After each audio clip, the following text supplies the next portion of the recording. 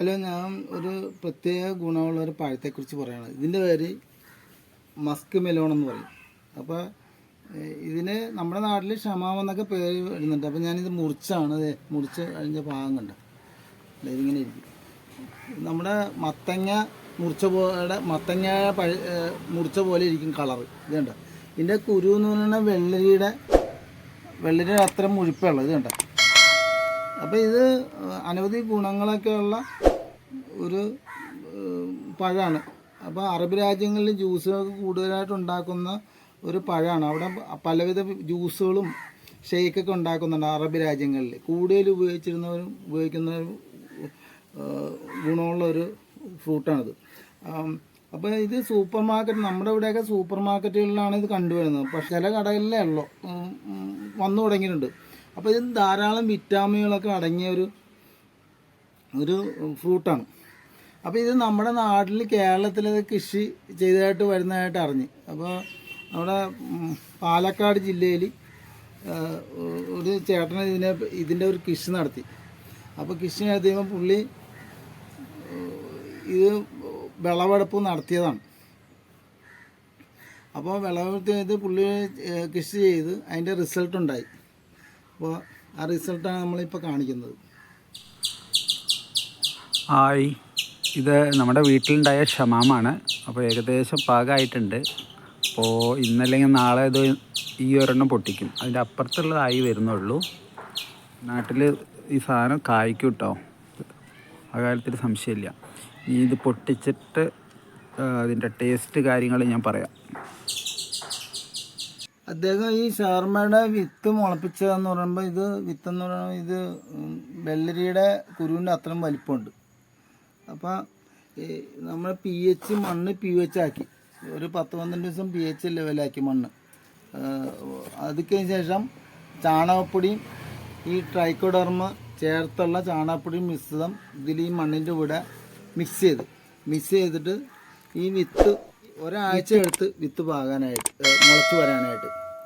അതിനുശേഷം പുള്ളി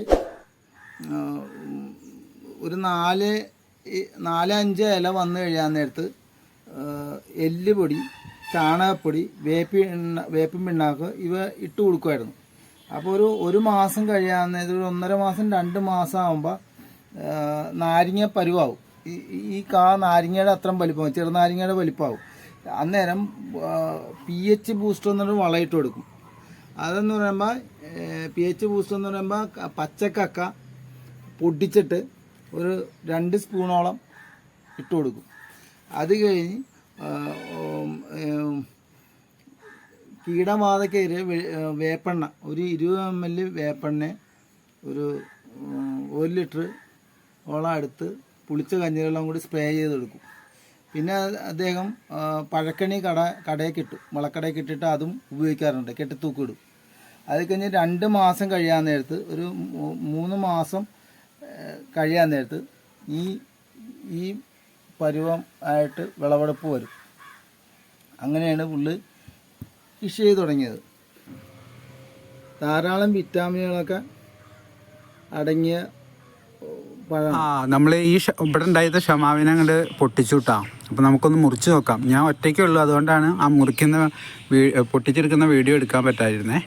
ഞാൻ കട്ട് ചെയ്തിട്ട് കാണിച്ചു തരാം. അത് കട്ട് ചെയ്ത് കഴിഞ്ഞു കേട്ടോ, നല്ല അടിപൊളിയാണ്. കട്ട് ചെയ്ത് നമ്മൾ പ്ലേറ്റിലാക്കി പീസ് എടുത്ത് കഴിച്ച് നോക്കി. നല്ല ടേസ്റ്റ് ഉണ്ട് കേട്ടോ, സംഭവം സക്സസ് ആണ്. അപ്പോൾ നമുക്ക് എല്ലാവർക്കും ഇത് കൃഷി ചെയ്യാം കേട്ടോ. 100% അടിപൊളി സാധനം. ഈ കൃഷിയിടത്തിന് അദ്ദേഹത്തിൻ്റെ പ്രജീഷ് എന്നാണ്. ധാതു ലവണങ്ങൾ അടങ്ങിയിട്ടുണ്ട്, വിറ്റാമിൻ എ അടങ്ങിയിട്ടുണ്ട്, വിറ്റാമിൻ സി ഉണ്ട്, വിറ്റാമിൻ ബി ഉണ്ട്, നാരുകൾ അടങ്ങിയിട്ടുണ്ട്, മാംസം അടങ്ങിയിട്ടുണ്ട്, പൊട്ടാസ്യങ്ങളൊക്കെ അടങ്ങിയിട്ടുണ്ട്. അപ്പോൾ ഇത് വണ്ണം കുറയ്ക്കാനായിട്ട് മസ്ക് മെലോൺ ഏറ്റവും നല്ലതാണ്. അപ്പോൾ ഈ മസ്ക് മെലോൺ അല്ലെങ്കിൽ ഷമാം ഇത് അങ്ങനെ കഴിക്കുന്നത് ഉപകാരപ്രദമാണെന്ന് കണ്ടെത്തിയിട്ടുണ്ട്. അപ്പോൾ രക്തം കട്ട പിടിക്കാതെ സംരക്ഷിക്കുന്നതിനാൽ അഡെനോസിൻ എന്ന് പറയുന്ന ഘടകം ഇതിൽ അടങ്ങിയിട്ടുണ്ട്. പിന്നെ കൊളാജിൻ എന്ന് പറയുന്ന ഒരു ഘടകം കൂടി ഇതിൻ്റെ അകത്ത് അടങ്ങിയതിനാൽ പക്ഷാഘാത രോഗത്തെ തടയുവാനുള്ള കഴിവ് ഇതിനുണ്ടെന്നാണ് പറയുന്നത്. പിന്നെ ഉദര സംരക്ഷണത്തിനും കുടലുകളുടെ മികച്ച പ്രവർത്തനത്തിനും സുഗമമാക്കുന്നതിനും ഈ ഷമാം നല്ലതാണ്. പിന്നെ വേറൊരു കാര്യം എന്ന് പറഞ്ഞാൽ പ്രമേഹ രോഗത്തിന് ഇത് നല്ലതാണ്. കൂടാതെ മാനസിക രോഗ പിരിമുറുക്കത്തിന് സഹായിക്കുന്ന ഒരു പഴമാണ് ഈ ഷമാം. പിന്നെ നമ്മളിത് സാധാരണ നമ്മൾ ജ്യൂസൊക്കെ ഉണ്ടാക്കാറുണ്ട്. ഇത് കഷ്ണമായിട്ട് മുറിച്ച് ഇങ്ങനെ കഷ്ണമായിട്ട് മുറിച്ച് നമ്മൾ ജ്യൂസ് പഞ്ചസാരയും നാരങ്ങയൊക്കെ ചേർത്ത് ജ്യൂസ് ഉണ്ടാക്കാറുണ്ട്. പിന്നെ ഷേക്ക് അടിക്കാറുണ്ട്.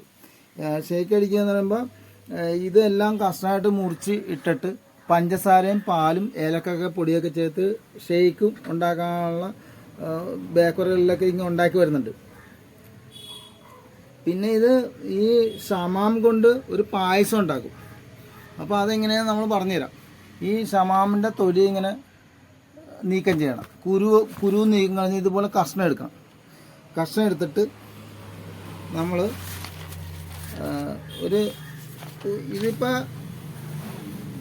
ഇതിപ്പോൾ നമ്മൾ 1 കിലോയുടെ ആണ് നമ്മൾ പറയുന്നത്. അപ്പോൾ 1 കിലോയ്ക്ക് പറയുമ്പോൾ നമ്മൾ ഈ കരിമ്പിൻ്റെ ശർക്കര ഇതുണ്ട്, ഈ ശർക്കര ഒരു 250 ഗ്രാം എടുക്കണം. പിന്നെ തേങ്ങാപ്പാൽ ഒരു 1/2 ലിറ്ററോളം എടുക്കും. തേങ്ങാപ്പാൽ ഇതുണ്ട്, തേങ്ങ പിഴിഞ്ഞെടുത്ത പാലാണ് ഈ കാണുന്നത്. ഇത് 1/2 ലിറ്ററോളം.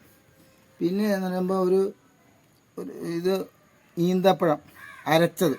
ഇതിപ്പോൾ ഈന്തപ്പഴം അരച്ചിട്ടില്ല, നമ്മൾ കാണിക്കുന്ന ഒരു ഈന്തപ്പഴം അരച്ച ഒരു 250 ഗ്രാം വേണം.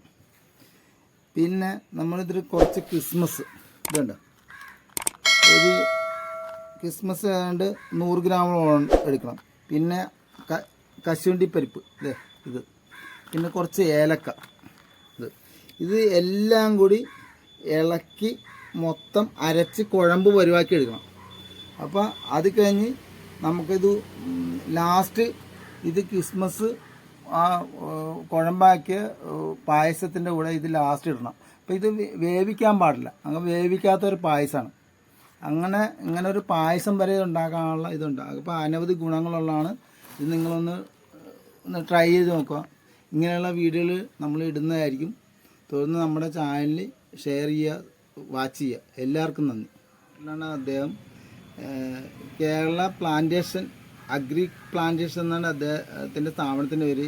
അനവധി കൃഷികളൊക്കെ ഉണ്ട് പലവിധ. ഇത് അദ്ദേഹം ഇതൊന്ന് ട്രൈ ചെയ്ത് നോക്കിയാണ് അദ്ദേഹം അത് ചെയ്തതിൽ വിജയിച്ച്.